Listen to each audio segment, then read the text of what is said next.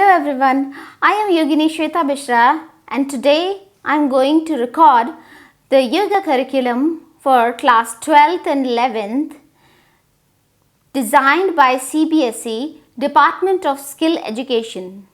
The course overview. In view of today's global problems, the course of yoga is compulsory as mental and physical stress is increasing everywhere. Students will benefit from this course. Just as the word yoga connects, it means to connect, joining, the students will also have loyalty and engagement towards their duty, towards society, and our society will move towards a positive thinking. WHO has also emphasized the role of yoga in prevention therapy. For this reason, the popularity of yoga will increase globally. Yoga is a new topic for the international community, which is why the world is trying to understand yoga more. For this reason, yoga has very good opportunities internationally. What are the objectives of this course? Following are the main objectives of this course: to enable the student to have good health, to practice mental hygiene, to possess emotional stability, to integrate moral values, to attain higher level of consciousness. What are the salient features of this course? Yoga course is very good. It does not cost a lot. Another feature for this course is that students of all category can do this course very easily. तो चलिए हम अपने पहले topic की शुरुआत करते हैं, जो कि है योगा एंड योगिक प्रैक्टिसेस। अब इसके अंतर्गत जो पहला सब टॉपिक आता है वो है एटिमोलॉजी ऑफ योगा। एटिमोलॉजी का अर्थ होता है उस शब्द का origin, the origin of the word yoga. So origin of word yoga is use. योग शब्द की उत्पत्ति हुई है युज धातु से। संस्कृत भाषा के युज धातु से योग शब्द की उत्पत्ति हुई।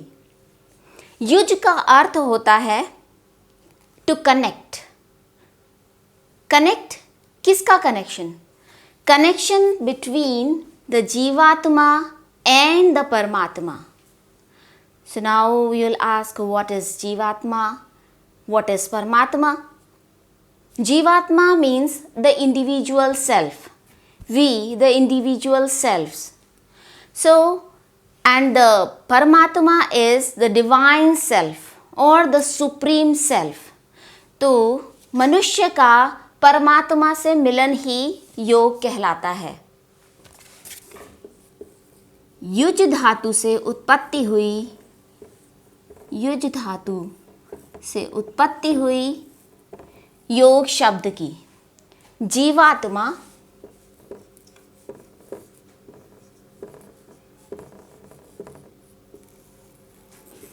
का कनेक्शन परमात्मा से।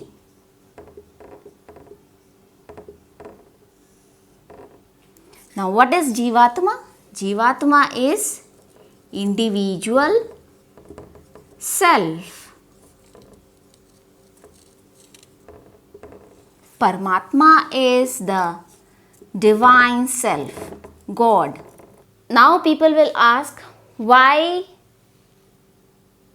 connection of individual self with God? Because God is the creator, God is the preserver, God is the destroyer. सो ईश्वर ही परम सत्य है। इसीलिए कहा जाता है कि जीवात्मा का परमात्मा से मिलन ही योग है। Vedas are the source of knowledge. सारा ज्ञान समाहित है वेदास में। वेदास यानी कि ऋग्वेद, सामवेद, यजुर्वेद,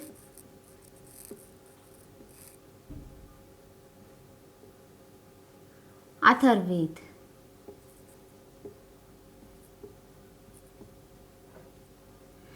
तो ये 4 वेदों के अंदर पूरा ज्ञान समाहित है।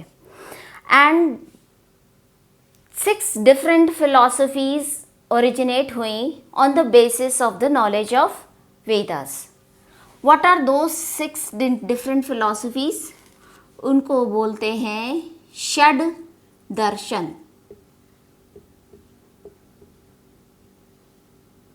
षड दर्शन, 6 दर्शन यानी 6 डिफरेंट फिलॉसफीज ओरिजिनेट हुई on the basis of the knowledge of Vedas. उन्हीं में से पहला दर्शन है पतंजलि योग दर्शन। पतंजलि योग दर्शन, जिसकी रचना की महर्षि पतंजलि ने। दूसरा है सांख्य दर्शन। सांख्य दर्शन, जिसके रचयिता हुए महर्षि कपिल।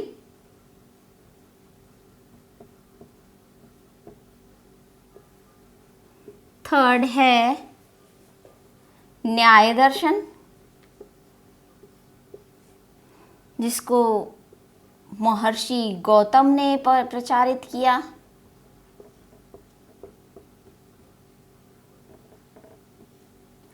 चौथा है वैशेषिक दर्शन,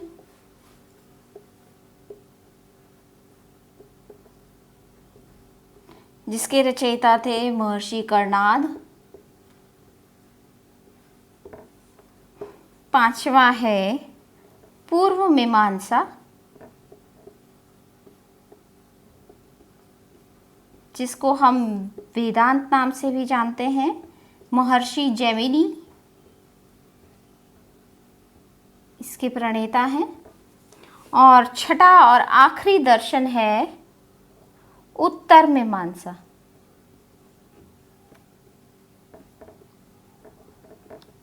जिसको महर्षि वेद व्यास ने जिसका प्रचार प्रसार किया।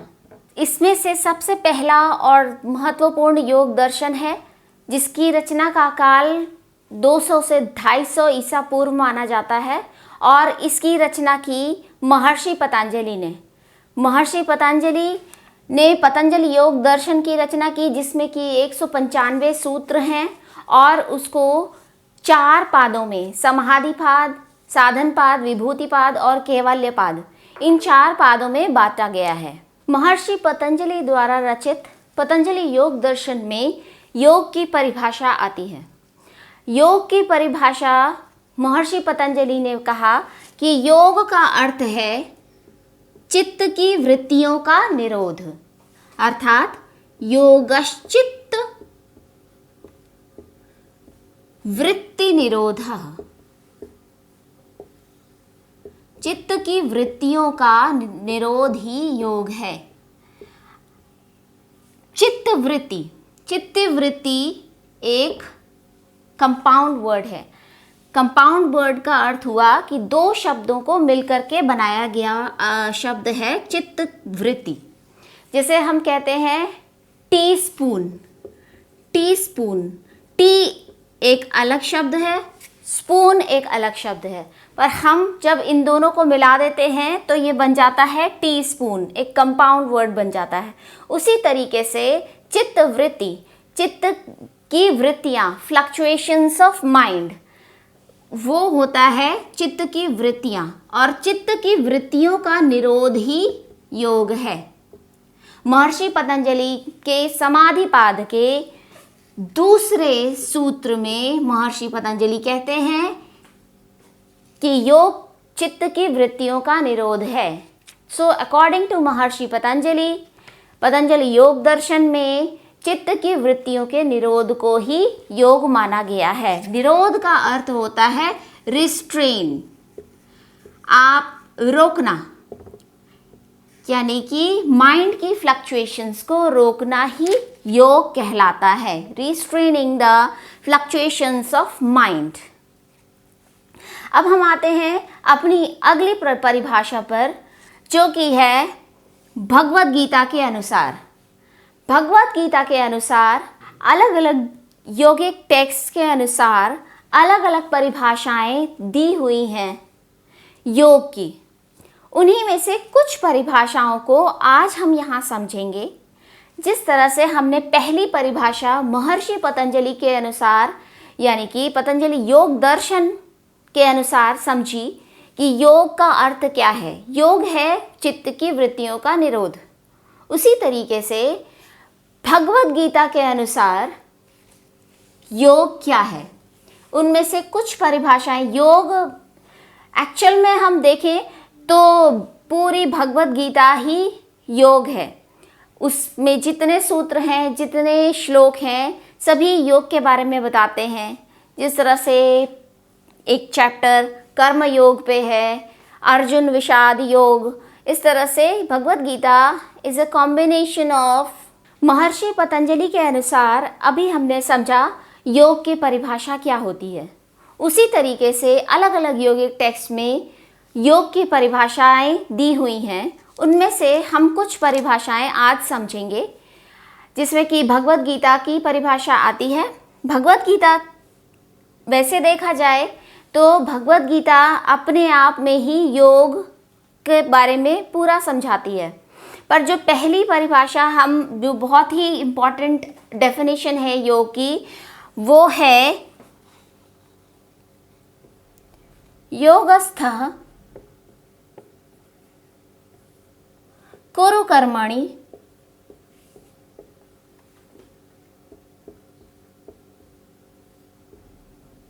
संगम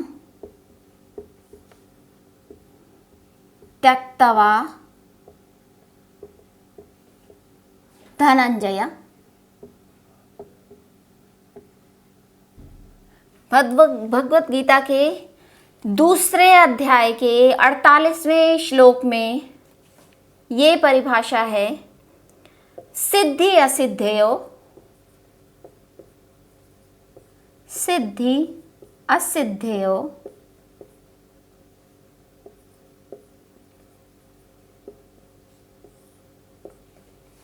समो भूत्वा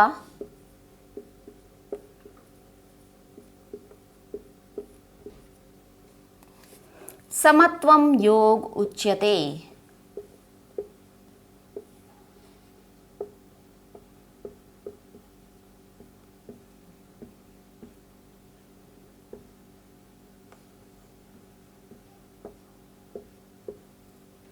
योगस्थ कुरु कर्माणि संगम त्यक्त्वा धनंजय सिद्धि असिद्धयो समो भूत्वा समत्वम योग उच्यते। अब इसमें ये जो लाइन है, अब आप इस पर ध्यान दें। समत्वम योग उच्यते, योग का अर्थ है हर परिस्थिति में सम रहना। यदि आप के पास में, आपके आसपास में बहुत सारी खुशियाँ हो या बहुत सारे दुख हो, आप हर परिस्थिति में यदि सम रहेंगे, इसका मतलब आप योग का पालन कर रहे हैं। तो कभी कभार ऐसा होता है कि बहुत ज़्यादा जब हमारे आसपास में खुशी हो जाती है तो हम बहुत ज़्यादा एक्साइटेड हो जाते हैं, और या फिर हमें कभी कभार बहुत सारे दुखों का सामना करना पड़ता है, बहुत सारे फेलियर्स का सामना करना पड़ता है, तो हम अचानक से बहुत सैड हो जाते हैं। हमें ये नहीं करना है। हमें हर परिस्थिति में, चाहे वो खुशी की हो चाहे वो दुख की हो, हमें हर परिस्थिति में सम रहना है। अब मैं एक छोटा सा एग्जाम्पल देती हूँ आपको। जैसे आपने फेसबुक पे, मैंने या किसी सोशल मीडिया पे पोस्ट किया, फेसबुक पे, इंस्टाग्राम पे या किसी भी सोशल मीडिया पे आपने एक पोस्ट डाला, बहुत अच्छा सा सुंदर सा पिक्चर डाला। अभी उस पर लाइक नहीं आए, लोगों ने उसको लाइक नहीं किया, एकदम से बहुत सैड हो गए। आपके पास लाइक नहीं आ रहे या उसके बहुत लाइक आ रहे, मेरे नहीं आ रहे। तो इस तरह की चीज़ें भी आजकल लोगों को दुखी करती हैं। तो हमें हर परिस्थिति में सम रहना है, अपने आप को डिप्रेशन में नहीं ले जाना है।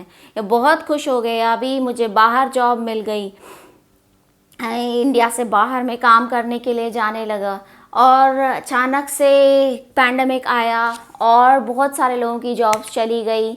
अभी लोगों को ये भी समस्या हो गई कि अब मैं वापस, मुझे नौकरी से निकाल दिया गया और वापस कैसे जाएंगे, मैं गांव कैसे वापस जाऊंगा और मैं लोगों को क्या मुंह दिखाऊंगा। ऐसे करके लोगों के मन में विचार आने लगे।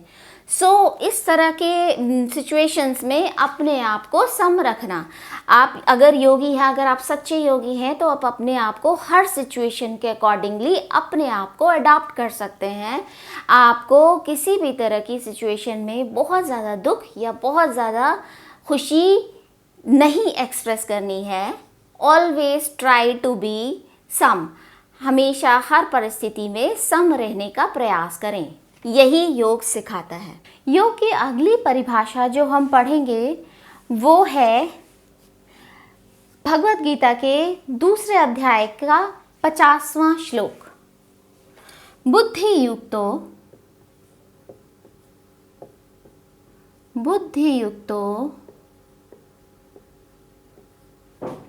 जहाते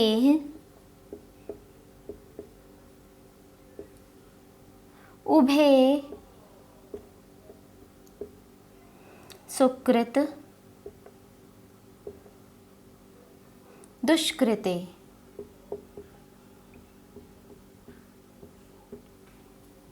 तस्माद्योगाय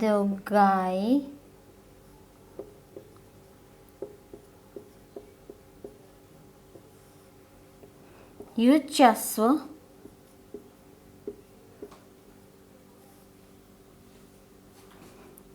योगः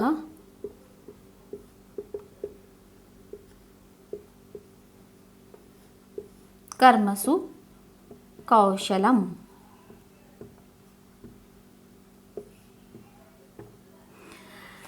दूसरे अध्याय का 50वां श्लोक कहता है योगः कर्मसु कौशलम।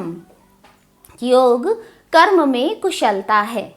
आप कोई भी काम करें, उसमें आप जब अच्छे तरीके से उस काम को करेंगे, पूरे तन्मयता के साथ, पूरे डेडिकेशन के साथ, तो वो काम योग है। That is yoga. बट इसमें एक पॉइंट है। अब मैं आपको एक चीज़ बताना चाहूँगी कि फॉर एग्ज़ाम्पल एक चोर है, वो चोरी करता है। अब आप कहेंगे कि चोर ने चोरी करी, किसी के घर में जा कर के उसने सामान चुरा लिया और वो पकड़ा नहीं गया। उसने भी तो अपना काम किया, बहुत अच्छे तरीके से किया। या कोई आदमी है, कोई इंसान है जो कि किसी का चेन स्नैच करके या उसका बैग स्नैच करके भागा, या किसी ने किसी के घर में चाकू दिखा करके और उनका सामान ले लिया और वो पकड़ा नहीं गया। वो भी तो अपना काम कर रहा है, बहुत अच्छे से कर रहा है, पर वो क्या योग है? वो योग नहीं है। योग, if you do your work with dedication, आप अपने कर्म को कुशलता से करते हैं, अलॉन्ग विद राइटियसनेस, धर्म के साथ। आपको धर्म के साथ में अपना कार्य करना है, सही तरीके से अपना कार्य करना है और धर्म को साथ में इन्वॉल्व करके चलना है। तब आप कहेंगे कि आप योग का अभ्यास कर रहे हैं। योगः कर्मसु कौशलम, आपको अपना कर्म करना है अलॉन्ग विद राइटियसनेस, तब वो कहलाएगा योग।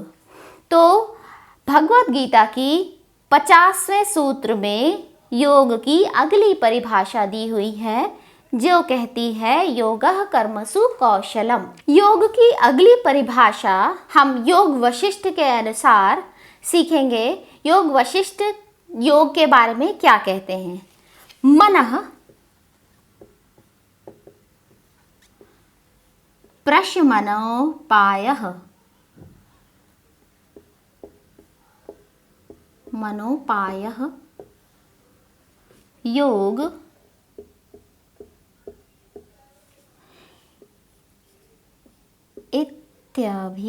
इत्यभिधीयते।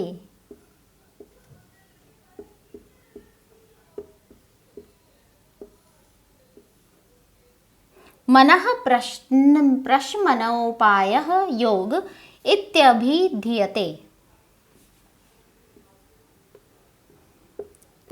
यानी कि yoga is a technique to calm down the mind. Yoga Vasishtha के अनुसार, योग वशिष्ठ के अनुसार yoga is a technique to calm down the mind. तो अभी हमने देखा कि योग वशिष्ठ के अनुसार योग की क्या परिभाषा है। अब हम चलते हैं अपनी अगली परिभाषा पे, जो कि है कठ उपनिषद के अनुसार। कठ उपनिषद के अनुसार ताम योगमिति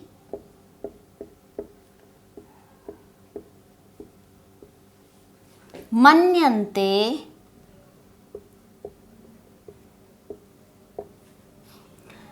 स्थिर मंद्रिय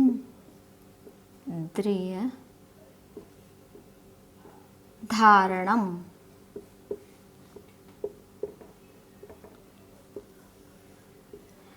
ताम योगमिति मन्यन्ते स्थिर मंद्रिय धारणम। कठोपनिषद कहता है state of mastery over the senses and the mind is yoga.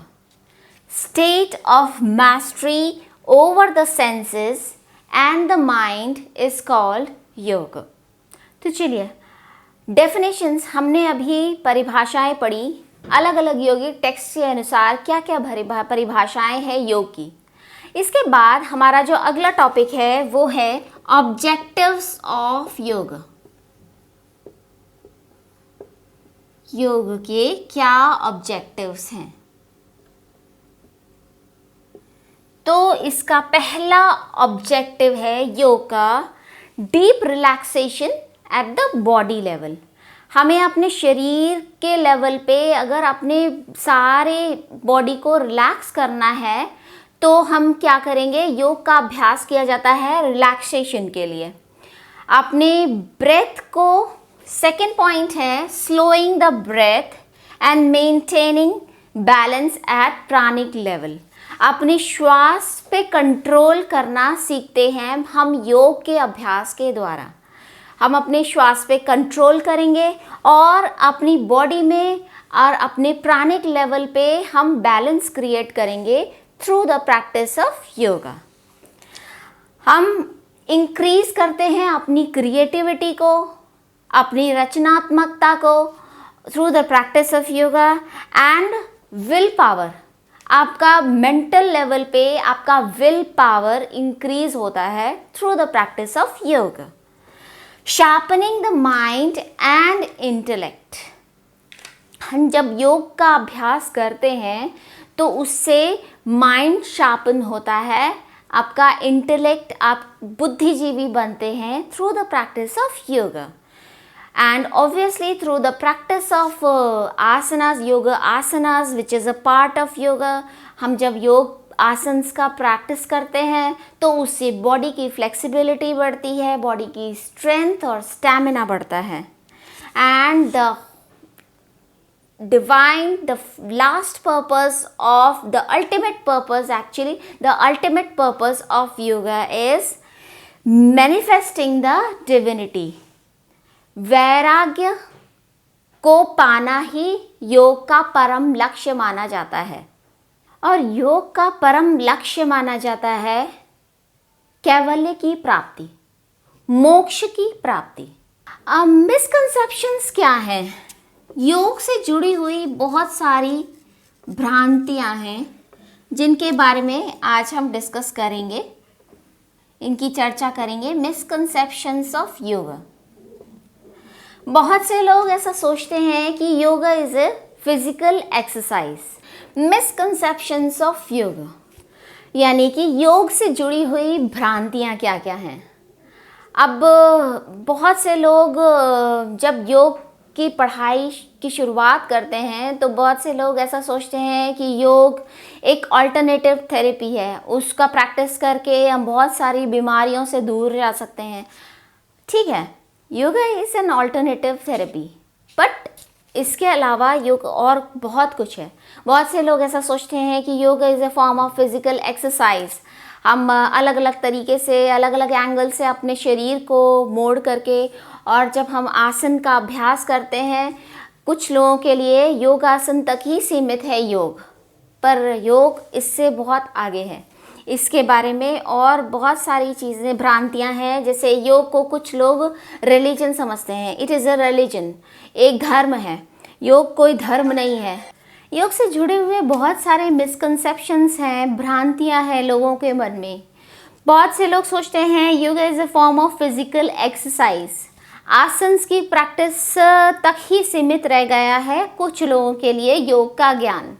तब समझते हैं कि योग आसन्स प्रैक्टिस करके हमारे शरीर के अंदर फ्लेक्सिबिलिटी आएगी, हमारा शरीर का वज़न कम हो जाएगा। हाँ बिल्कुल, शरीर का वज़न कम होगा, फ्लेक्सिबिलिटी आएगी, स्टैमिना और स्ट्रेंथ बढ़ेगा, बट योग इससे कहीं ज़्यादा है।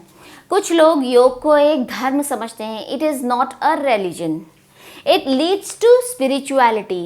ये हमें आध्यात्म की ओर लेकर जाता है। बहुत से लोग सोचते हैं कि कुछ सर्टेन एज के लोग ही योग प्रैक्टिस कर सकते हैं, या जो लोग बहुत ज़्यादा बीमार होते हैं वो लोग योग की प्रैक्टिस नहीं कर सकते हैं। But this is a misconception. Everyone of each and every age group can practice yoga. हर कोई योग का प्रैक्टिस कर सकता है। अगर किसी को किसी तरह की कोई बीमारी है, कोई बहुत सीवियर एलिमेंट है, तो वो डॉक्टर से कंसल्ट करके, एक फिजिशियन से कंसल्ट करके योग की प्रैक्टिस शुरू कर सकता है। बहुत से लोगों को ये भी भ्रांति है कि योग का अभ्यास शुरू करके या योग को अपने जीवन में उतार करके लोग सन्यासी बन जाते हैं, वो हिमालय के कंदराओं में चले जाते हैं और गेरुआ वस्त्र पहन करके और बड़ी बड़ी दाढ़ी बढ़ा के, बाल बढ़ा करके, और आप सन्यासी बन गए। पर ऐसा कुछ नहीं है। योग हमें, it's an art of living. ये हमें जीने का, जीवन को अच्छे तरीके से जीने का तरीका सिखाता है। तो चलिए आज के पहले अध्याय का समापन हम एक सूत्र के साथ करते हैं, एक प्रेयर के साथ करते हैं। Let's join our hands at the heart centre and recite a prayer.